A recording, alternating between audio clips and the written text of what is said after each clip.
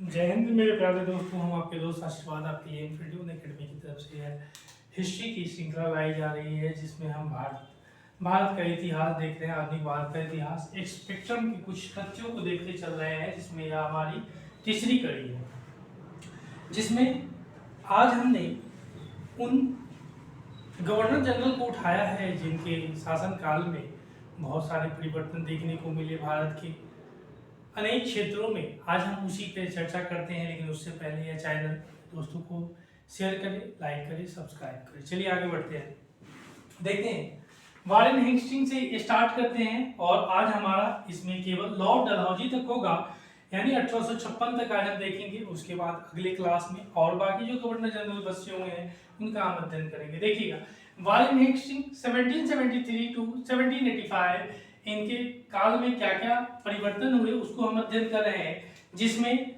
1773 का regulating act आया इन्हीं के समय, वॉरेन हेस्टिंग के टाइम में। 1781 का अधिनियम, इस अधिनियम के द्वारा 1781 का जो अधिनियम था, उस अधिनियम के द्वारा अगर हम बात करते हैं तो गवर्नर जनरल तथा उसकी काउंसिल, जो गवर्नर जनरल थी और जो उसकी काउंसिल थी, उसकी काउंसिल एवं कलकत्ता उच्च न्यायालय के मध्य शक्तियों का कार्यक्षेत्र स्पष्ट रूप से विभाजित कर दिया गया।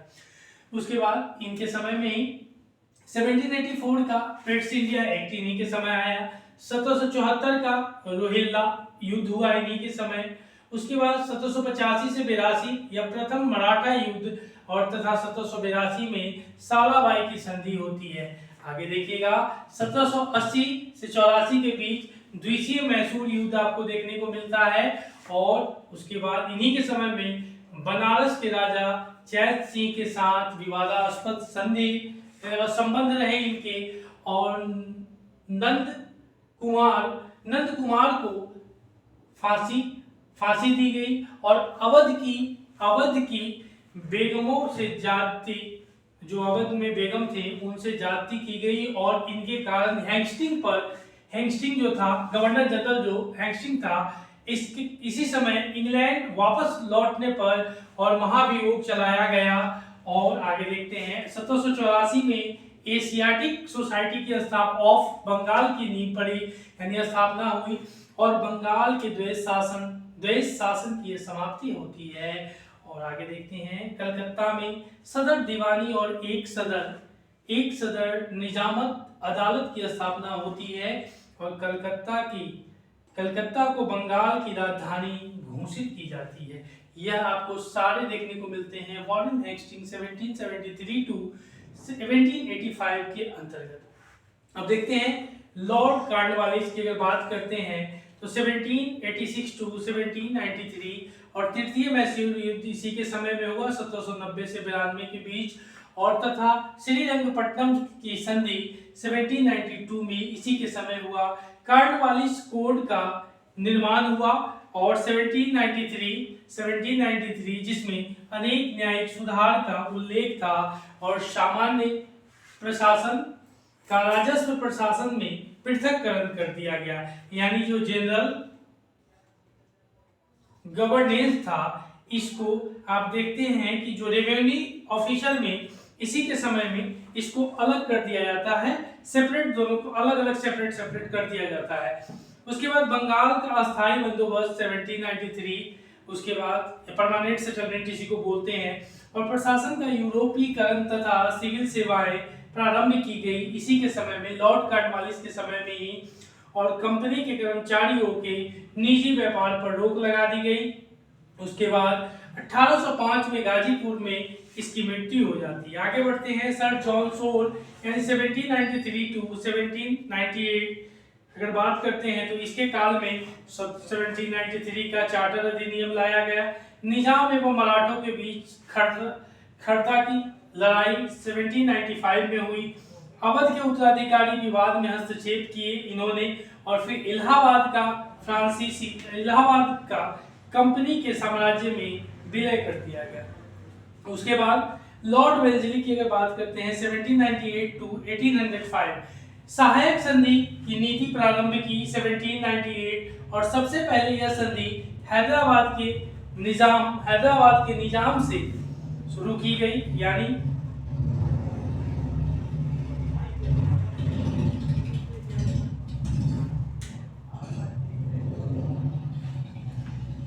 सहायक संधि की बात करते हैं तो यह नीति प्रारंभ की गई 1798 में और सबसे पहले यह संधि हैदराबाद के निजाम से शुरू की गई और चतुर्थ मैसूर युद्ध 1799 इसी के समय हुआ और यह आखिरी था। और द्वितीय मराठा युद्ध 1803 से लेकर के 1805 इसी के काल में हुआ और तंजौर 1799, सूरत 1800 एवं कर्नाटक 1801 और इसमें और कर्नाटक 1801 का प्रशासन अपने हाथों में ले लिया और यह सारे बेल्जिली के साथ सहायक संधि के अधीन हुआ। और यही आप देखते हैं कि लॉर्ड बेल्जिली के शासन काल में यह सब देखने को मिलता है। यह एक छोटा इसका कार्यकाल रहा। सर जॉर्ज बार्लो इसमें है 1805 से 1807। उसके बाद है रियासतों में अहस्तक्षेप की नीति अपनाने का समर्थन इसने किया और वेल्लोर की सिपाही विद्रोह इसी के काल में हुआ। आगे देखते हैं लॉर्ड मिंटो प्रथम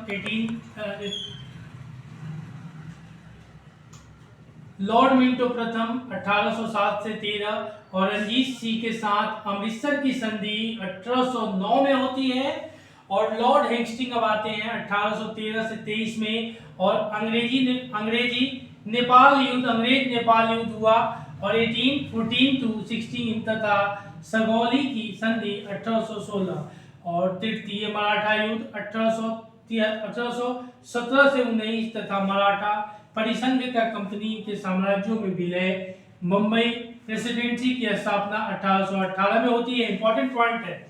उसके बाद पिंडारियों का गमन 1817 से लेकर के 18 और सिंधिया जो आप ग्वालियर देखते हैं, ज्योतिराज सिंधिया भी उसके उड्डयन मंत्री बने हुए हैं भारत के। यह उसके बाद सिंधिया के साथ संधि 1817 में मद्रास के गवर्नर टॉमस मुनरो द्वारा रैयतवाड़ी बंदोबस्त लागू किया गया। टॉमस मुनरो द्वारा लागू किया गया।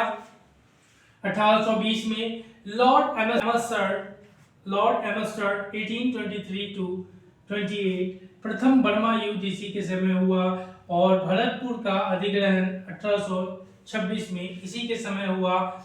आगे देखिएगा। उसके बाद लॉर्ड विलियम बेंटिक 1828 to 35 सती प्रथा पर रोक 1829 जिसमें राजा राम मोहन राय भी इस समय थे और उन्हीं के और इनके सपोर्ट से ऐसा संभव हुआ। ठगी प्रथा का अंत भी 1830 में किया गया और 1833 का चार्टर अधिनियम भी लाया गया। 1835 का शिक्षा संबंधी प्रस्ताव शिक्षा सुधार तथा अंग्रेजी भाषा की शिक्षा का माध्यम बनाए जाने की घोषणा की गई। ये सारे विलियम बेंटिक के समय में के काल में है। उसके बाद मैसूर 1831, दुर्ग 1834 एवं मध्य कछार 1834 का कंपनी साम्राज्य में विलय हुआ। उसके बाद रंजीत सिंह के साथ निरंतर मित्रता की संधि रही और लॉर्ड कार्नवालिस द्वारा स्थापित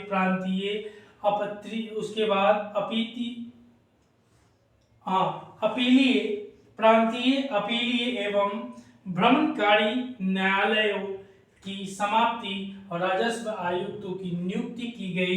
यह सारे लॉर्ड विलियम बेंटिक के समय किया गया और यह 7 साल तक भारत का गवर्नर जनरल या वायसराय के रूप में कार्यरत रहे।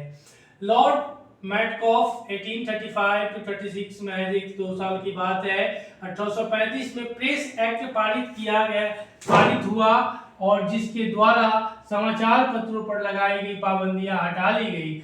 लॉर्ड ऑकलैंड 1836 to 42 प्रथम अफगान युद्ध 1838 to 42 रंजीत सिंह की मृत्यु 1839 और लॉर्ड एलन ब्रो 1842 to 1844 इनके समय में सिंध का विलय कर लिया गया जो पाकिस्तान जो आप पंजाब क्षेत्र वगैरह पाकिस्तान वगैरह जो क्षेत्र देखते हैं। उसके बाद आप देखते हैं कि सामाजिक सुधार यथा बालिका हत्या तथा नल बलि की प्रथा पर रोक लगा दी गई। ग्वालियर के साथ युद्ध 1843 में हुआ। अब आते हैं लॉर्ड हार्डिंग प्रथम 1844 to 1848 प्रथम अंग्रेज सिख युद्ध इन्हीं के समय में हुआ। अंग्रेज और सिख में पहली बार लड़ाई हुई, उससे पहले इधर उधर करते थे। और 1846 टू 46 एक साल में के अंतर्गत, और एवं लाहौर की संधि 1846। उसके बाद सामाजिक सुधार यथा बालिका हत्या तथा नरबली की प्रथा पर रोक लगा दी गई। लॉर्ड डलहौजी 1848 टू 46, इनके काल में बहुत ज़्यादा परिवर्तन हुआ। देखते हैं, इन्होंने द्वितीय अंग्रेज सिख युद्ध यानी 1848 से 49 तथा पंजाब का कंपनी साम्राज्य में विलय इन्हीं के समय कर लिया गया, जो रणजीत सिंह के मरने के बाद हुआ।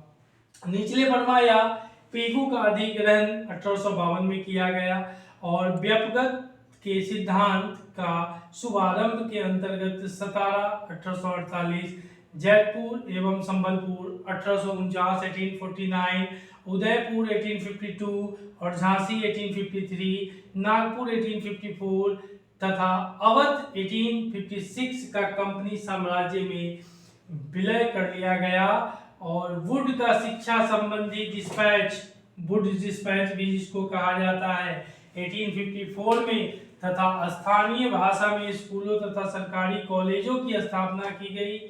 रेलवे माइन्यूट यानी स्मरण पत्र 1853 लाया गया, जिसके तहत 1853 में बंबई एवं थाने के मध्य रेल चली, और दूसरी 1854 में कलकत्ता एवं रानीगंज के मध्य।